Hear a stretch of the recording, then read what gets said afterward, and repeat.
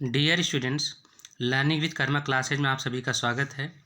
आज हम class 9th की हिंदी क्षितिज से काव्यखंड का दूसरा पाठ ललित के वाक्य का अध्ययन करेंगे। पाठ की शुरुआत करने से पहले हम सब ललित का जीवन परिचय जान लेते हैं।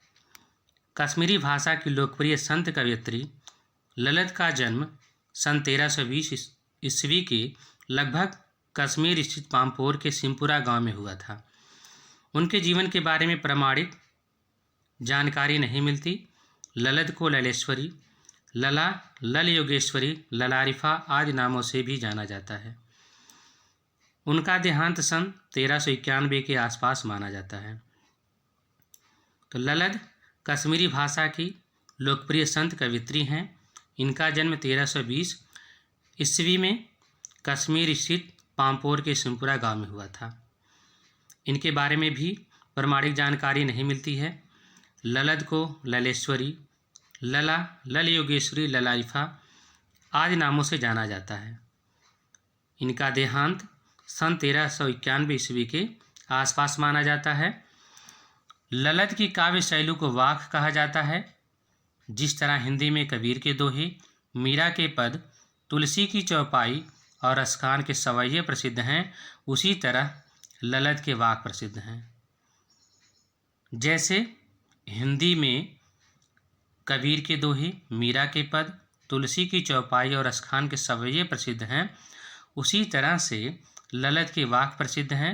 जैसे कबीर के दोहे, मीरा के पद, तुलसी की चौपाई और अस्खान के सवैये हैं, उसी तरह से ललित के वाक हैं। उनकी जो काव्य शैली है उसको वाक कहा जाता है।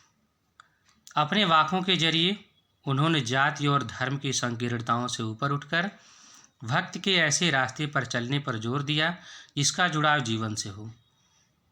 कवयित्री ने अपने वाकों के जरिए, अपनी काव्य शैली के जरिए लोगों को जाति और धर्म की संकीर्णताओं से ऊपर उठकर भक्त के ऐसे रास्ते पर चलने पर जोर दिया जिसका जुड़ाव जीवन से हो। उन्होंने धार्मिक आडंबरों का विरोध किया और प्रेम को अपना सबसे बड़ा मूल्य बताया। तो उन्होंने धार्मिक आडंबरों का विरोध किया और प्रेम को सबसे बड़ा मूल्य बताया। लोक जीवन के तत्वों से प्रेरित ललित की रचनाओं में तत्कालीन पंडिताऊ भाषा संस्कृत और दरबार के बोझ से दबी फारसी के स्थान पर जनता की सरल भाषा का प्रयोग हुआ है। कवयित्री ने जनता की सरल भाषा, सहज भाषा का प्रयोग अपने काव्य में किया है। वे पंडिताऊ भाषा संस्कृत और दरबारी भाषा फारसी का उन्होंने अपने काव्य में प्रयोग नहीं किया है। यही कारण है कि ललित की रचनाएं सैकड़ों सालों से कश्मीरी जनता की स्मृति और वाणी में आज भी जीवित हैं। वे आधुनिक कश्मीरी भाषा का प्रमुख स्तंभ मानी जाती हैं। ललित की वाक का हिंदी अनुवाद मीरा कांत ने किया है। कवयित्री के जीवन परिचय के बाद अब हम सब उनके वाकों का अध्ययन करते हैं। रस्सी कच्चे धागे की खींच रही मैं नाव, जाने कब सुन मेरी पुकार, करें देव भवसागर पार, पानी टपके कच्चे सकोरे, व्यर्थ प्रयास हो रहे मेरे, जी में उठती रह हूक, घर जाने की चाह है घेरे। इन पंक्तियों के माध्यम से कवयित्री ने अपने जीवन की तुलना नाव से और अपनी श्वासों की तुलना कच्ची डोरी से की है। मनुष्य का जीवन कच्ची मिट्टी के घड़े के समान है। जैसे कच्चे घड़े में पानी नहीं रुकता है, वैसे ही कवयित्री ने जीवन को माना है। वह कहती हैं, रस्सी कच्चे धागे की खींच रही मैं नाव, जाने कब सुन मेरी पुकार, करें देव भवसागर पार। वह कहती हैं कि मैं अपने सांसों को कच्ची रस्सी की सहायता से इस शरीर रूपी नाव को खींच रही हूँ। ना जाने कब, मुझे पता नहीं कब ईश्वर मेरी पुकार सुनकर ही संसार रूपी भवसागर से पार करेंगे, अर्थात सांसारिक मोहमाया से मुक्त करेंगे। पानी टपके कच्चे सकोरे, व्यर्थ प्रयास हो रहे मेरे, जी में उठती रह हूँ, घर जाने की चाह है घेरे। जिस प्रकार कच्ची मिट्टी से बने पात्र से पानी टपक टपक कर कम होता रहता है, उसी तरह उनके जीवन का भी समय कम होता जा रहा है और उनकी ईश्वर से मिलने की सारी कोशिशें असफल होती जा रही हैं। प्रभु को पाने का जो प्रयास है व्यर्थ सिद्ध हो रहे हैं। पानी टपके कच्चे सकोरे, व्यर्थ प्रयास हो रहे मेरे। आगे कवित्री कहती हैं, जी में उठती रह रह हुक घर जाने की चाह है घेरे। उनके मन में बार बार प्रभु के पास पहुंच जाएं और सांसारिक कष्टों से मुक्ति पा सकें, यही मन में पीड़ा उठती रहती है कि वह कब इस नश्वर संसार को छोड़ करके प्रभु के पास पहुंच जाएं। इन पंक्तियों का काव्य सौंदर्य देख लें। वाक शैली को यहाँ अपनाया गया है। भाव सागर में अनुप्रास अलंकार है। रह रह में पुनरुक्त प्रकाश अलंकार का प्रयोग किया गया है। कश्मीरी भाषा का अनुवादित रूप है। अगला है, खा खा कर कुछ पाएगा नहीं, ना खाकर बनेगा अहंकारी। सम खा तभी होगा संभावी, खुलेगी सांकल बंद द्वार की। इन पंक्तियों के माध्यम से कवित्री ने धार्मिक रूढ़ियों और बाह्य आडंबरों से ऊपर उठकर सबको समान समझते हुए सबके प्रति समभाव और अहंकार त्याग कर सरलता अपनाने की बात कही है।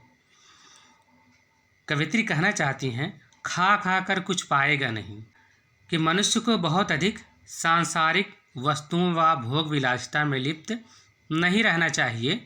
इससे कुछ हासिल नहीं होगा, बल्कि इससे वह प्रतिदिन आत्म केंद्रित बनता चला जाएगा। और आगे वे कहती हैं, ना खाकर बनेगा अहंकारी, और एकदम सब कुछ त्याग कर वैराग्य धारण करने से, त्याग करने से भी कुछ हासिल नहीं होगा। इससे व्यक्ति अहंकारी बन जाएगा। ना खाकर बनेगा अहंकारी, सम खा तभी होगा संभावी, खुलेगी सांकल बंद द्वार की। आगे कहते हैं कि इसलिए जीवन में संतुलन बनाकर रखना चाहिए। सम खाकर मतलब समान भाव, सम खाकर मतलब कि जीवन में संतुलन बना करके चलना चाहिए। ना बहुत ज़्यादा सांसारिक चीज़ों में लिप्तता और ना ही एकदम वैराग्य त्याग की भावना रखनी चाहिए, बल्कि दोनों को बराबर यानी संतुलित मात्रा में अपने जीवन में जगह देनी चाहिए, जिससे समानता की भावना मन में उत्पन्न होगी। खुलेगी सांकल बंद द्वार की। समानता की भावना मन में उत्पन्न होगी और दूसरों के लिए प्रेम, दया, करुणा, उदारता की भावना जन्म लेगी और अपने हृदय के द्वार सभी लोगों के लिए समान भाव से खोल पाएंगे। आई सीधी राह से गई न सीधी राह, सुषम सेतु पर खड़ी थी बीत गया दिन आह। जेब टटोली कौड़ी न पाई, माझी को दूं क्या उतराई। इन पंक्तियों के माध्यम से कवियत्री यह बताना चाह रही हैं कि ईश्वर प्राप्ति के लिए जो मार्ग उन्होंने चुना था वह उपयुक्त नहीं था और ना ही सीधे रास्ते पर वह चल ही पाई। वह कहती हैं कि आई सीधी राह से गई न सीधी राह। प्रभु प्राप्ति के लिए वह संसार में सीधे रास्ते से आई थी, किंतु यहाँ आकर के मोह माया आदि सांसारिक उलझनों में फंसकर अपना रास्ता भूल गईं। अर्थात कहने का मतलब यही है कि जब उन्होंने जन्म लिया था तब उनका मन एकदम पवित्र एवं निर्मल था। उनके मन में किसी के प्रति राग द्वेष की भावना नहीं थी, किंतु अब जब जाने का समय आया तो उनका मन छल कपट, भेदभाव और सांसारिक मोह माया के बंधनों से भरा पड़ा है। आगे वे कहती हैं, सुषम सेतु पर खड़ी थी बीत गया दिन आह। वह ईश्वर को पाने के लिए जीवन भर सुषुम्ना नाड़ी के सहारे कुंडलिनी जागरण करने में लगी रहीं और इसी में जीवन बीत गया, कुछ भी हासिल ना हुआ। जेब टटोली कौड़ी न पाई, माझी को दूं क्या उतराई। आगे कहती हैं कि जब उन्होंने अपनी जिंदगी का हिसाब किताब करने बैठी तो उन्हें अपनी झोली खाली नजर आ रही है। अर्थात उन्हें लगता है कि उन्होंने अपने जीवन में पुण्य कर्म या अच्छे कर्म तो किए ही नहीं और उनके पास पुण्य कर्म करने का समय भी अब खत्म हो चुका है और परमात्मा से मिलने का समय बहुत पास आ चुका है। माझी को दूं क्या उतराई। आगे वे कहते हैं कि परमात्मा जब मुझे जन्म मरण के संसार से, इस संसार के भव सागर से पार उतारेंगे तो उनको उतराई के रूप में भेंट स्वरूप क्या देंगे। काव्यगत सौंदर्य देख लें। कवयित्री ने अपने द्वारा अपनाए गए प्रभु प्राप्त के मार्ग को उचित नहीं बताया है। सुषुम सेतु में रूपक अलंकार है, प्रतीकात्मक शब्दावली का प्रयोग है। अगला है, थल थल में बसता है शिव ही, भेद न कर क्या हिंदू मुसलमान, ज्ञानी है तो स्वयं को जान, वही है साहिब से पहचान। ईश्वर के सर्वत्र सब जगह उपस्थित के बारे में बताती हुई कवयित्री कहती हैं कि ईश्वर कण कण में बसता है, थल थल में बसता है शिव ही। ईश्वर कण कण में बसता है, वह सबके हृदय में मौजूद है। इसलिए हमें भेद न कर क्या हिंदू मुसलमान, हमें हिंदू और मुसलमान का भेदभाव अपने मन में नहीं रखना चाहिए। आगे कहते हैं, ज्ञानी है तो स्वयं को जान, वही है साहिब से पहचान। अगर तुम सच में ज्ञानी हो तो सबसे पहले अपने अंदर झांक कर देखो, अपने आप को पहचानो, अपने मन को पवित्र व निर्मल करो, क्योंकि ईश्वर से मिलने का यही एकमात्र रास्ता है। वही है साहिब से पहचान, मतलब कि यही ईश्वर को प्राप्त करने का एकमात्र रास्ता है कि अपने अंदर झांक कर देखें, अपने आप को पहचानें और अपने मन को पवित्र और निर्मल करें। ईश्वर से मिलने का एकमात्र रास्ता है। काव्यगत सौंदर्य, ईश्वर को सर्वव्यापी बताया गया है। इन पंक्तियों के माध्यम से कवयित्री ने हिंदू और मुसलमानों को समभाव रखने के लिए प्रेरित किया है। थल थल में पुनरुक्त प्रकाश अलंकार है, आत्म विश्लेषण पर बल दिया गया है।